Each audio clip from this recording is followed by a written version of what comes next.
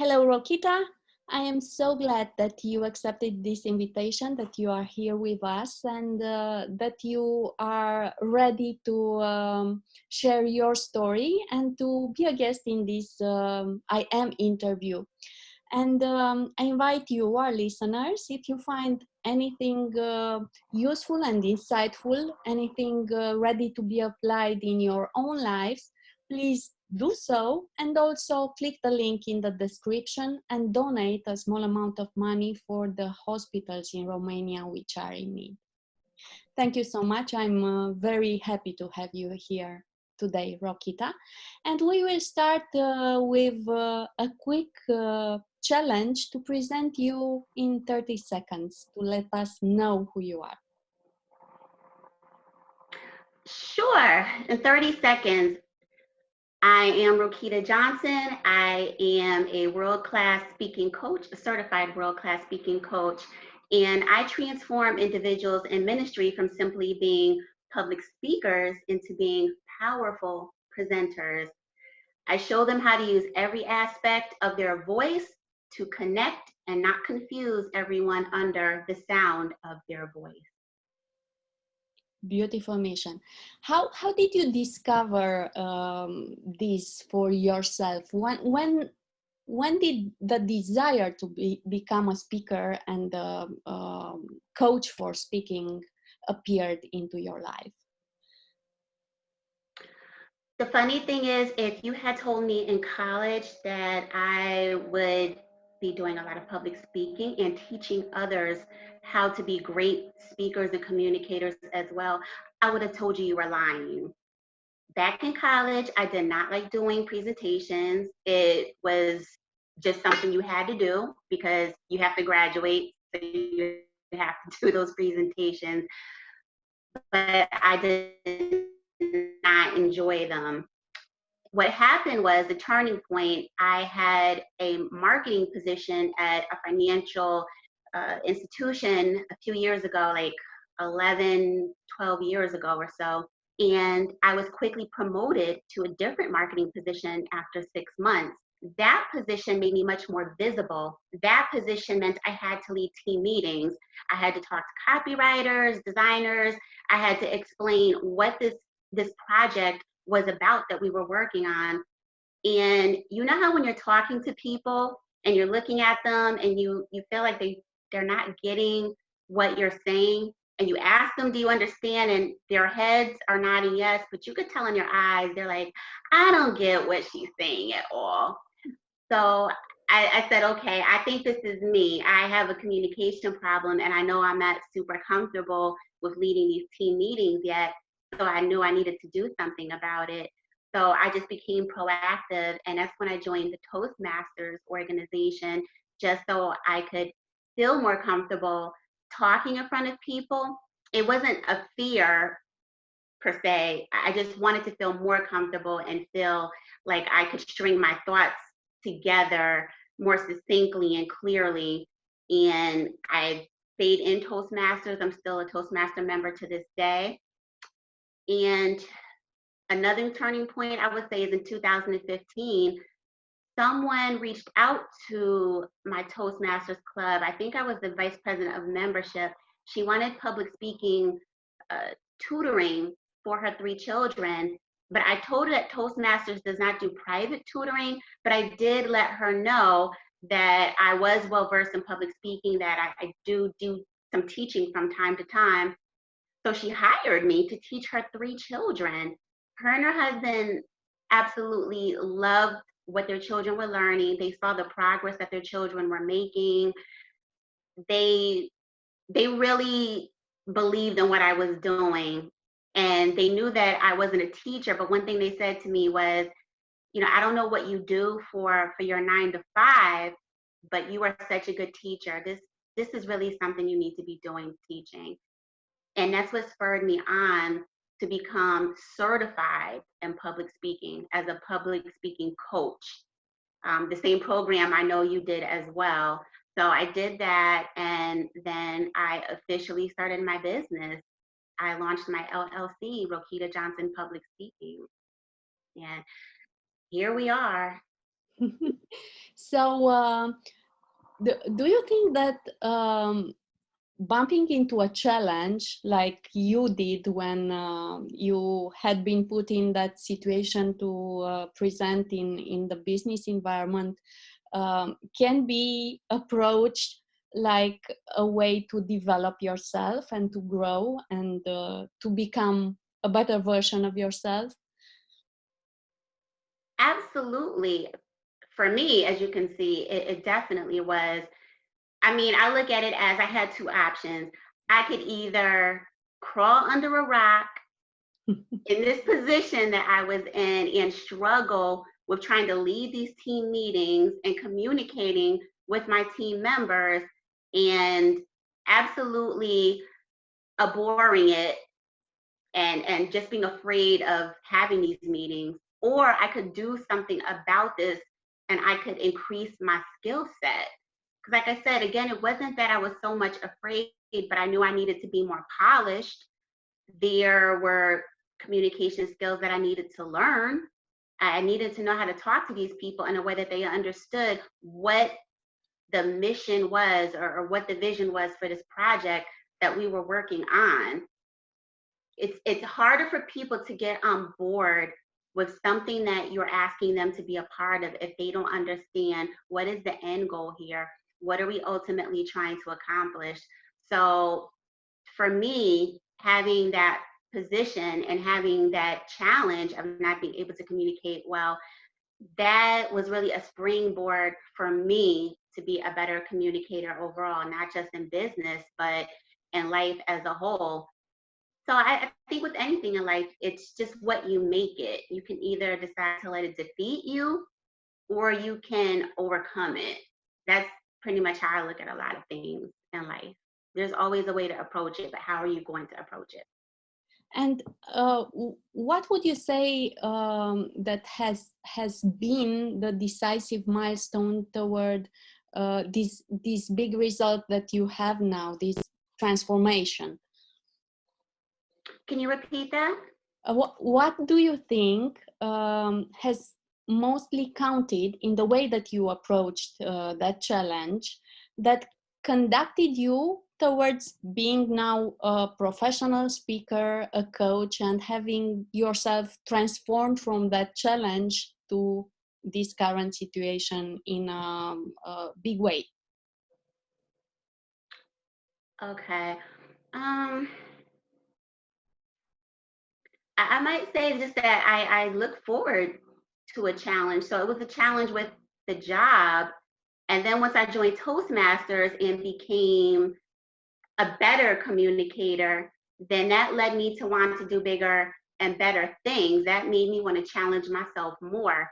So once I joined Toastmasters and I did my speeches, you know, you do the first 10 speeches in Toastmasters. I don't know if you probably heard of Toastmasters, Raluca.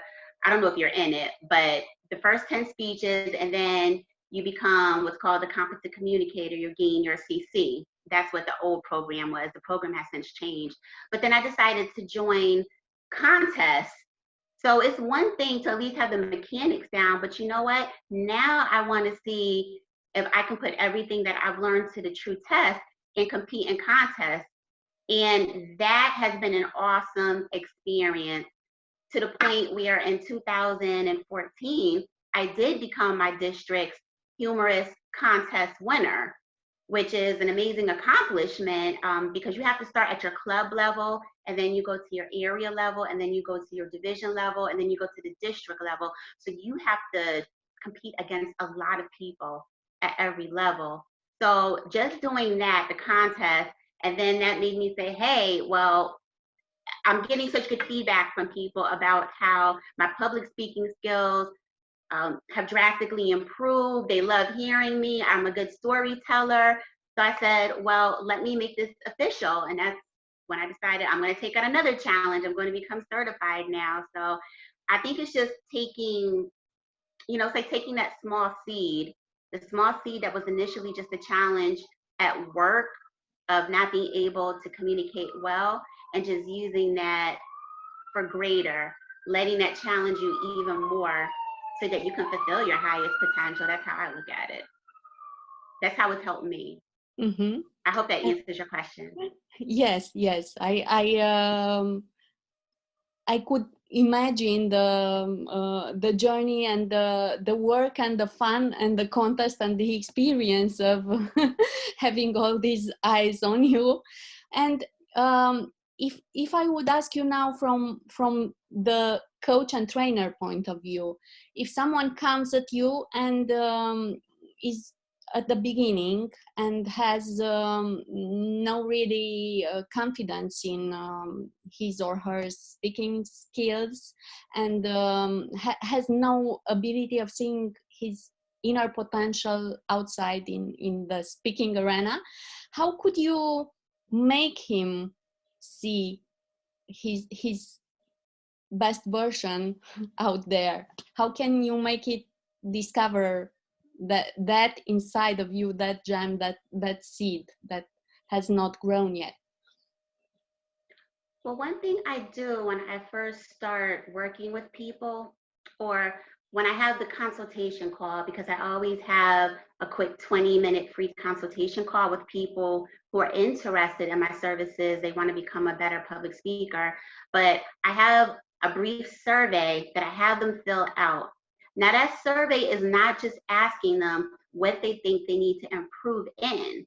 They know they need to improve in something. That's why they're reaching out. But I also want them to think about, what do I do well already? Mm-hmm. So I want to start getting them in that positive mindset from the gate before we even speak, because there is something within them, something that they're already doing well. And most of the people that I work with, they may not have done a ton of public speaking, but they've spoken to maybe one or two groups. And maybe it's something as simple as, I have good eye connection with the group. You know, I'm able to look at everyone, even though they may be scared still, they know that they have good connections with people.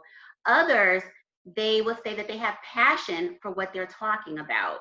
They know that they need to be more polished. They know that they need to be more refined, but they know that their passion is there for the subject that they are talking about. That's a good start, having passion. You cannot be a great public speaker, a powerful presenter, if you are not interested in what you're talking about, if you're just speaking to speak. Because that's one thing I tell people I work with my clients. You're never just speaking to speak. There is something here, something greater than you that you are presenting to the world. So there's a message there that you are obviously passionate about. So we just need that passion to come through. And most people, the passion is there, but again, it's how do I take that passion and how do I package it in such a way that it is professional when I'm presenting to people. So that's really how I start out, with at least trying to build their confidence up. I want them to think about, what do I already do well? Because we can build on everything else that you're trying to improve. But let's take the strengths that you already do have.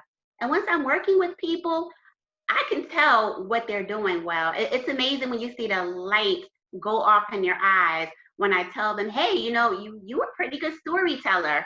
We might need to tweak this and that here and there, but overall, you are a good storyteller. Or you have good stage presence.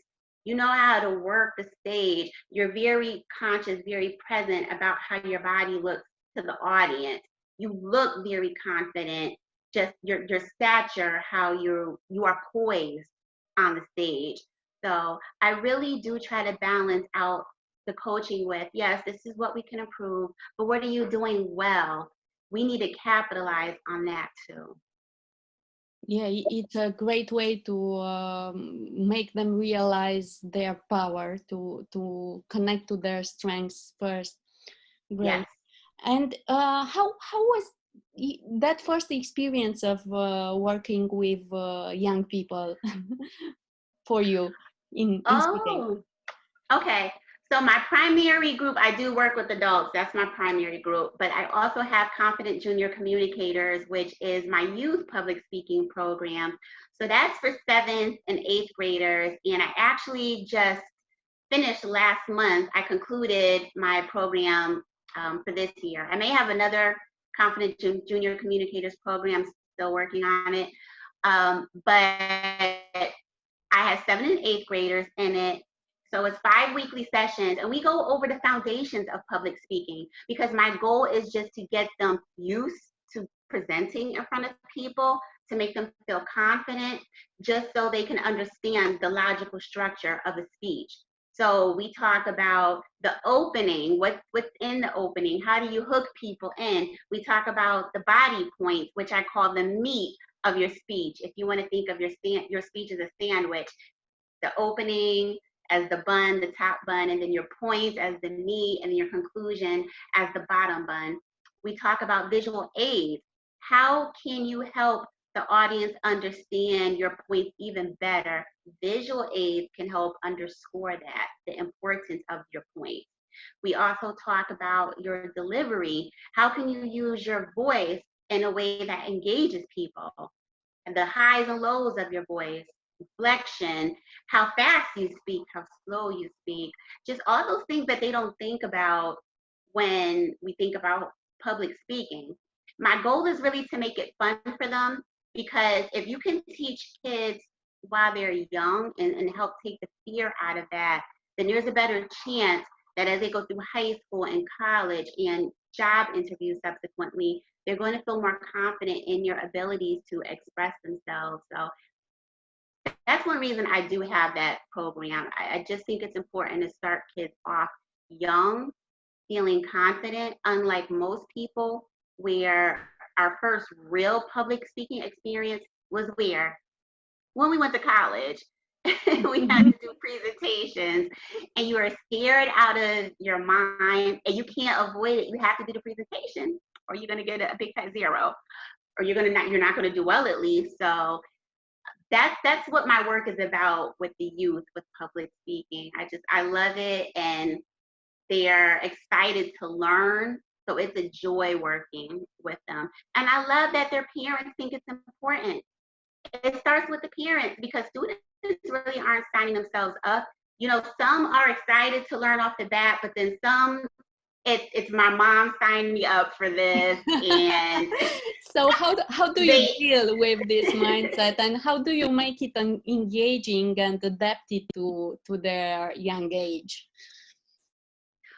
You have to keep kids engaged. You have to make it interactive for them. You cannot straight lecture to kids. And here's the funny thing, you have to do that with adults. So we know a lot of us have been doing everything virtual right now. So if you did a workshop in person where you were training adults, now you're doing it virtually. So that means you have to be even more engaging. And it's the same way with children. So yes, I'm teaching them, I'm talking, but I'm also adding other fun elements to it. Like I have impromptu speaking. I'll give them a topic and I'll just say, hey, for 1 to 2 minutes, I just want you to talk about this topic that I'm giving you. Don't overthink it. The point is, I just want you to feel comfortable, to get more comfortable speaking in front of people, to get in the swing of that. So I do a lot of impromptu speaking activities with them. I also will show them videos. Kids love videos. Remember when we were in school and the teacher said, oh, it's video time, and you were like, yeah. Same thing with kids. I'll find videos that speak to whatever the topic is that I'm teaching them at that time. It's one thing for me to talk about it, but to actually show them examples, videos, they love it. And then I also use the polling feature. I have them vote on certain things. They love that. It's a simple engagement feature, but it works for them. You know, it's just adding fun elements to it, adding a lot of visuals. I'm not using a bunch of text on slides when I present. Yes, there is text, but I also use a lot of visuals. I use sounds, anything to engage them. And again, it's the same way with adults. We're not too much different than children. The way I teach adults might be a little different. I'm going to teach them more information. It's going to be more in depth, but you still have to be engaging, whether it's kids or adults. We definitely love to learn and play meanwhile, Yes. and to make it fun. You have to make it fun. And I think the founder of Toastmasters, Dr. Ralph C. Smedley, said it best. People learn best in moments of fun. when you're having fun and you're learning, it doesn't feel like a chore. That's how you have to think about it. Right. I saw that you are also an author. You have written. What is the title of your book? So the book is called Speak Up, The Ultimate Guide to Dominate in the Speaking Industry.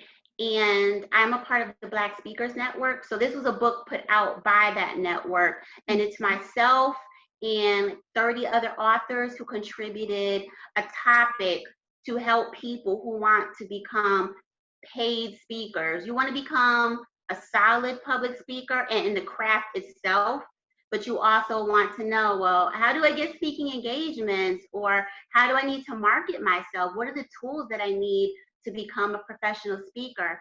So all the chapters in that book really speak to that. It's like an anthology of sorts. It's the ultimate guide. It truly is for how someone can get started in the speaking industry and how they can be paid. You can be a good speaker, but there are a lot of good speakers who are not being paid.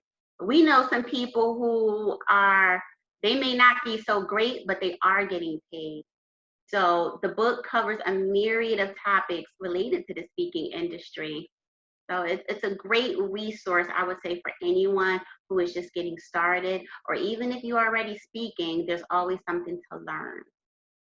And how did this initiative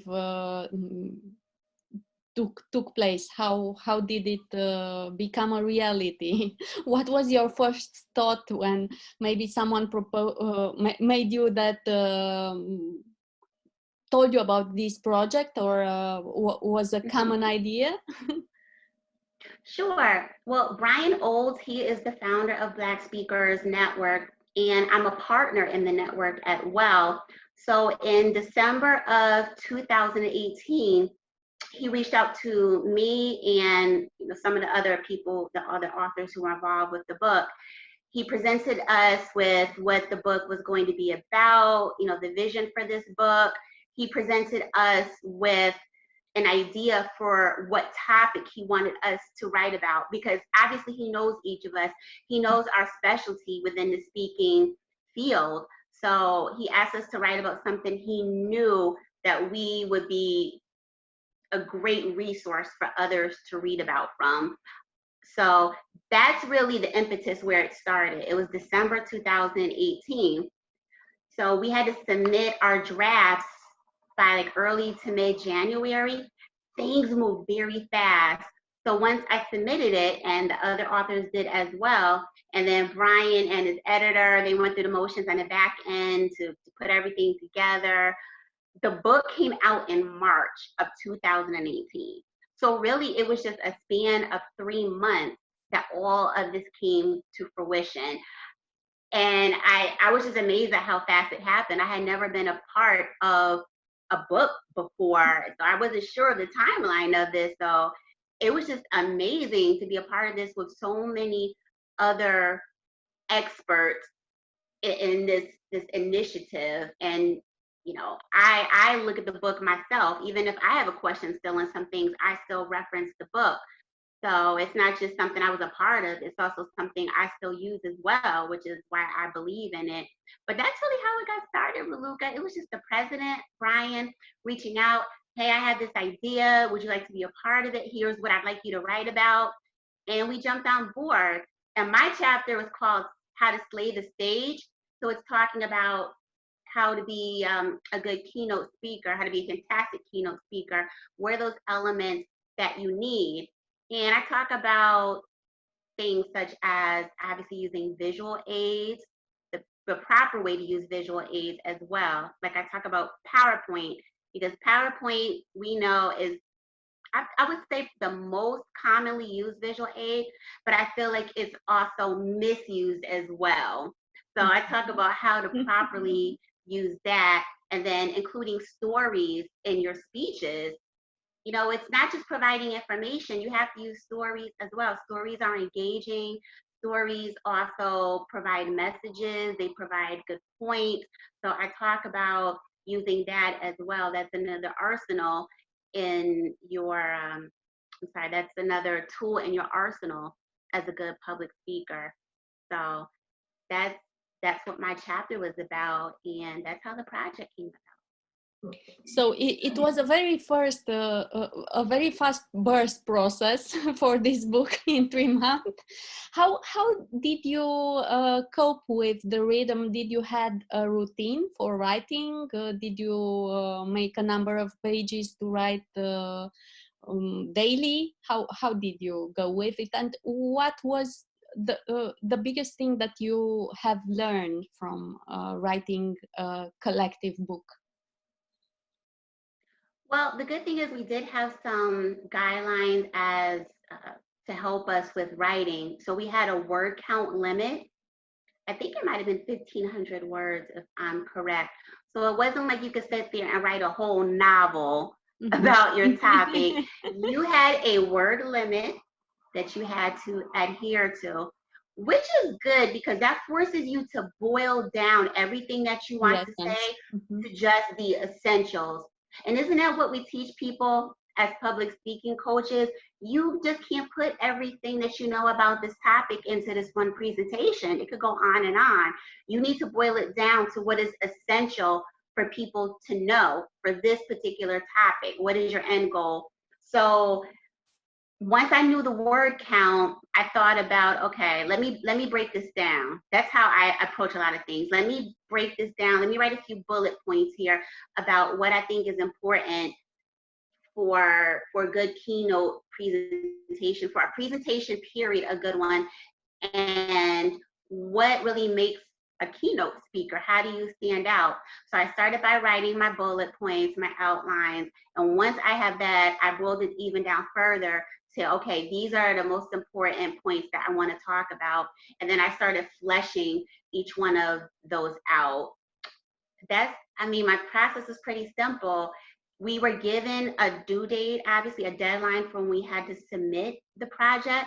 So from the time that I first learned about it and accepted the offer to participate from Brian, I just set aside time every evening just to write about the bullet points, get that laid first, then to flesh them out. Tonight on Tuesday, I'm going to write about this bullet point. And I approach projects in two ways. Either I'm going to set aside a certain block of time to do it. And then, once that time is up, it's up. Because otherwise, you could drive yourself crazy doing something all night. Or I'm just going to decide what do I ultimately want to get done today. Maybe I have a bit more time one day, so I can decide, okay, I can really flesh out two of these points a little more. So it's either I'm looking at a chunk of time, which I really need to adhere to, or I want to get this particular part of my chapter done today. Whether it's looking for examples of good keynote speakers, let me do a little research here. Let me find a few statistics to support what I'm saying. I approach it that way. So that's my process, how I did it. I write things down in my planner. That helps me to be more accountable to myself. Mm-hmm. If I say tomorrow between 5 and 6:30 p.m., I'm going to work on this chapter, then that's what I did. And then, 2 days later, Friday, I'll set aside time to work on it. Because you need a break in between sometimes as well, just to step away from it, to give yourself room so you can think about any new fresh ideas. So that's how I do it. My process. Put it down on paper, put it in your planner so you will be committed to it, and then get an outline together and just start fleshing each of your points out, what you're going to talk about. Work from a place of thinking about the deadline. That's helpful too. If I know the deadline is in 2 weeks, then I can work backwards from there on how to get this done in time. It's a good technique to work backwards in any project we want to accomplish. Roquita, what is your advice, your idea that you would give to someone who wants to become authentic in speaking and communicating his message? Good question. Um, to become authentic, I think you really need to know yourself, meaning you need to know your strengths and your weaknesses. You need to be honest, have that honest conversation with yourself. Like for me, when I first started, I know that I'm good with vocal variety. You can see the exuberance come from me when I'm excited about something. Like I had a boss a few years ago, and she used to say to me, okay, I'm going to need you to put your game face on when we had to do certain things or certain meetings. She used to say, I need you to put your game face on because I can always tell what you're thinking by just looking at your face. Your face gives it away. Yeah, so in that situations like that, business situations, that might not always be a good thing. But as far as when I'm giving a presentation, I'm telling a story, that works for me. Because when I am excited about something, you see it in my face. When I'm talking about an exciting moment that happened in my story, when I'm talking about something sad that happened, you see that in my face. So using your strengths, knowing your strengths and knowing your weaknesses, that can really help you to be authentic. And that's one thing I tell people when I first start working with them. I don't want to squelch who they authentically are. And that's why it's important for me to understand them as a person and as a speaker. Now, why is this topic important to you? I think if people take the time to really think about that, then they don't have to think about authenticity so much. Like, for instance, a mother who may have lost a child to a drunk driver and she's a speaker on the topic of drunk driving, she's going to be authentic. She experienced that. That topic is near and dear to her heart. It's not even like something she has to, she doesn't have to feign authenticity. Yes, she might have to learn how to communicate her message better so that the audience gets it, but they're definitely going to see the passion that she has there. So, knowing your strengths and weaknesses, knowing why this topic is important to you, what is it that's driving you to want to speak about this? That is going to help when it comes to your authenticity. I think it's tough if you're talking about a subject that you really are not interested in, or maybe something that you're asked to speak about. Because if you're working, if you have your 9 to 5, there are going to be things that you have to speak about. It's your job. It's not necessarily a passion of yours, but you're doing it to do it. So I just think it might be tougher there sometimes. You feel like being authentic, but when it's something that you love talking about, that's going to shine through. So I think that's what helps with being authentic. Great, thank you. What was the most embarrassing or difficult moment in your speaking career till now?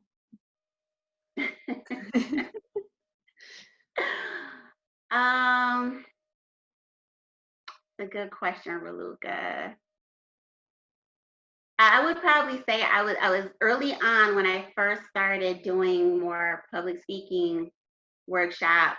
I was speaking to one group, and I did not prepare in enough time.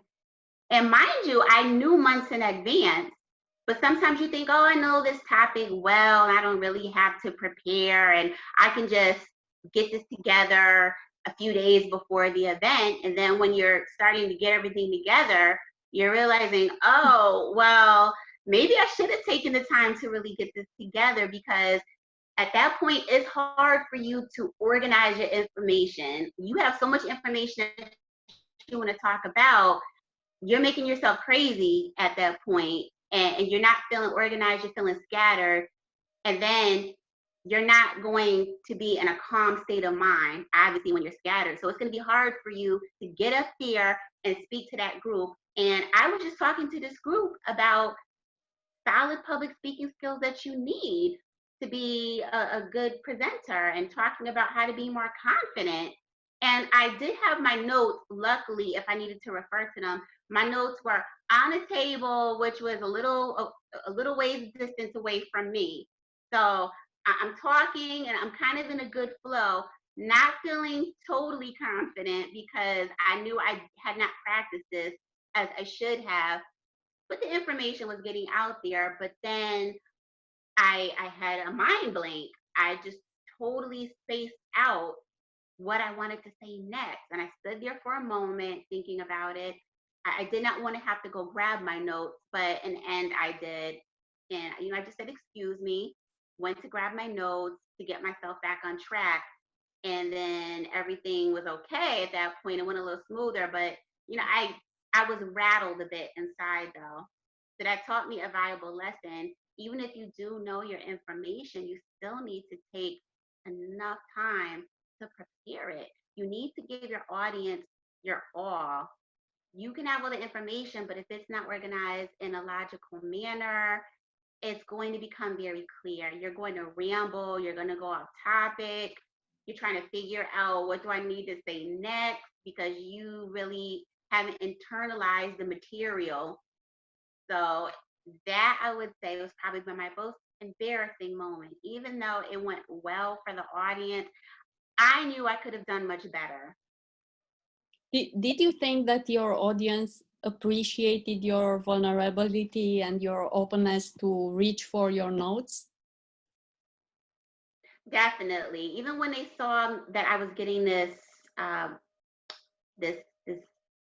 lapse in memory, and I stood there for a moment trying to gather myself. And I remember one gentleman saying, "It's okay, it's okay." And I just went to grab my notes to continue on with it. So they were very forgiving. But again, I knew that I should have practiced and prepared for this a lot more in advance than I did. And if you go back into your journey, could you pick a rewarding moment in your speaking career to share with us? Absolutely. I would say one of the most rewarding things that I have done to date, it was 3 years ago when I spoke at the actor Paul Newman. He has a nonprofit called the Newman's Own Foundation. And they have a group, it's an organization where they take students who have just finished college, and the students get to work in a position. I think it might have been related to human services or social services, but helping to create change in society.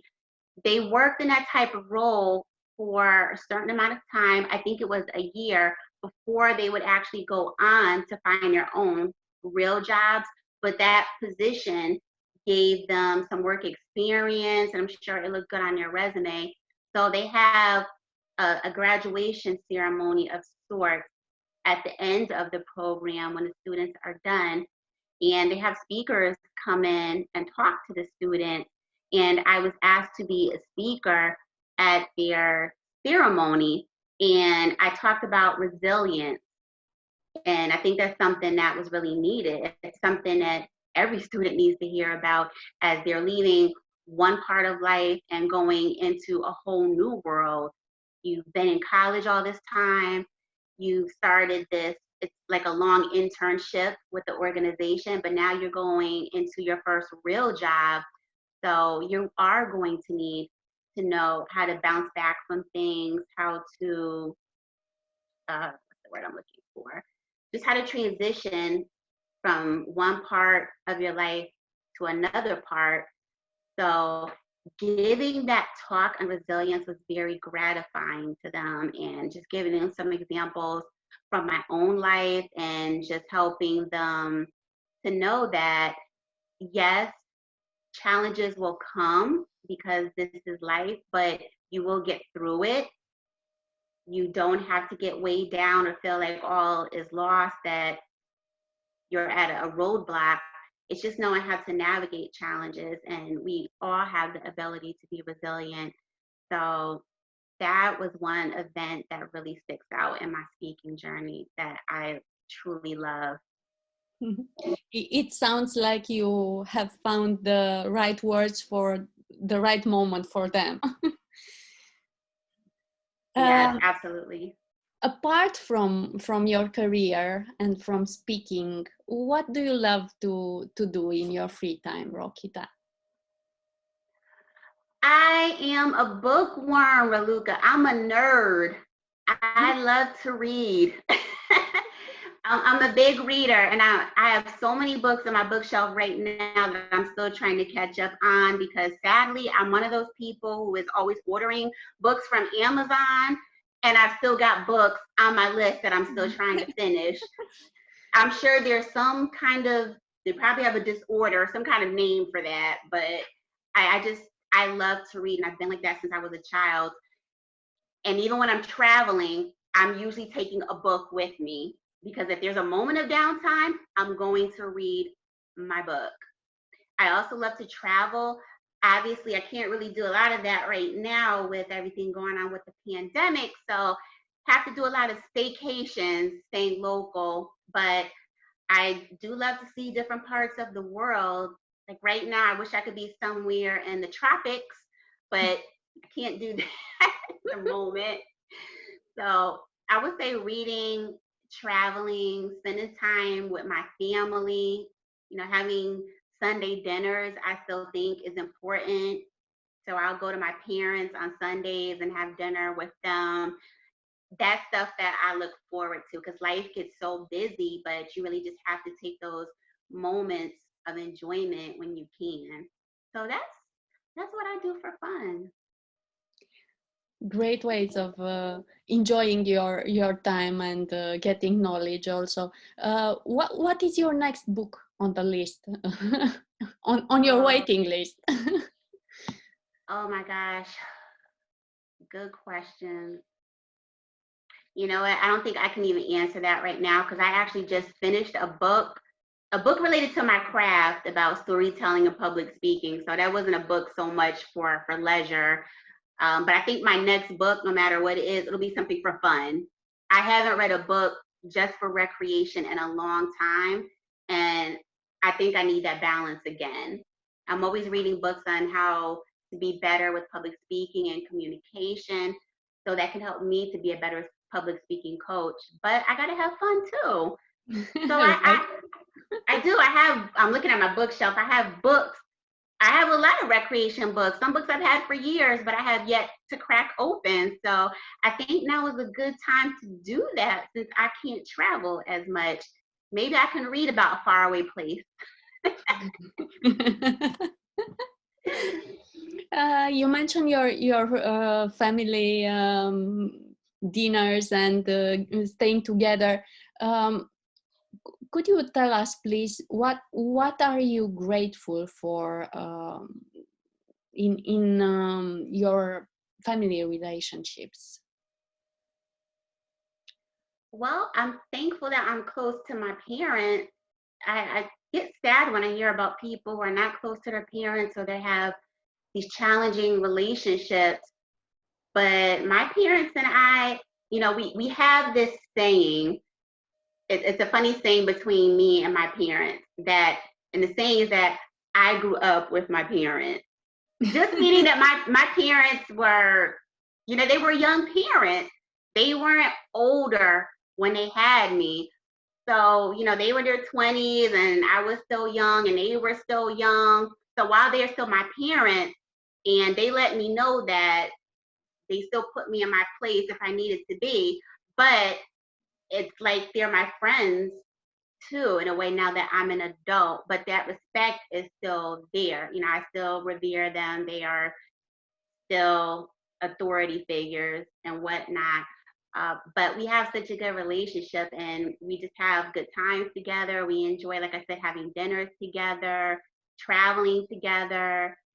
We have my family reunions on my dad's side every year. We couldn't have it this year, obviously, sadly, because of the pandemic, but my family, all of us are very close. We get together at our family reunions in the South, in Georgia or Florida. every year. So I just think it's important to keep those family relationships. And especially now where everyone had to be home, who were you going to talk to? I hope you were getting closer with your family members. You couldn't really go anywhere. So hopefully this helps you to become even closer to those in your family if you weren't before. So maybe that was one good part of the pandemic. So for me, keeping those family relationships strong, I think that's very important. You know, I have my brother, my sisters. I'm the oldest of four. I have my nephews who are identical twins. They just turned 13. They're the only little people, as I call them, the children in our family. So they are spoiled. They are our heart. But it's important to stay close to your family. Right. What is your favorite thing about yourself, Roquita? My favorite thing about myself, that I marched to the beat of a different drummer. My mother always said that about me since I was a child. And I mean, she said that in a good way, that I don't always follow the crowd and I have my own mind. It's okay to agree to disagree with people. People don't have to agree with me. I don't have to agree with them. I'm okay with making my own decisions and going my own way. And I don't feel like I need a crowd to approve of my decisions. I don't mind doing things by myself. Some people have a problem being by themselves. I have traveled overseas by myself, which was amazing. I encourage everyone to do that if you've never done that. But I think just being okay with yourself in your alone time, just going your own way, having your own convictions and beliefs, respecting other people, that's something I like about myself. I'm okay with being myself and not feeling like I need to go along with the crowd and for people to jump on what I'm doing. Thank you. The first relationship is the one with yourself. Absolutely. And now that we have reached the final line of our interview, I I can't just want believe it. the time has passed so fast. I just want you to ask to complete the phrase, me, Roquita, I am, with one word. Me, Roquita, I am confident in who I am. Oh, you said one word. I'm sorry, Raluca. I am confident. It makes Meaning, totally sense and it feels like it. So I could tell from what you said as an answer to the previous question that having that mindset of dancing to a different drummer, it's a totally confidence sign. I had that in the back of my mind while you were answering, so it matches perfectly. Thank you so much for being here, for sharing your vision and your ideas with us, and for being such a warm presence and an authentic spirit. It was such a pleasure to have this conversation with you, and we will keep in touch. thank you so much. It was a pleasure speaking with you, and I'm honored. Thank you so much for just having me on this I Am series, and hopefully something I said will inspire someone. So I thank you, Raluca. I am convinced that you have inspired people, and you, our listeners, if you find something useful and insightful, please click the link in the description and donate a small amount of money to the hospital in Romania. Have a great day, you all, and see you. Bye.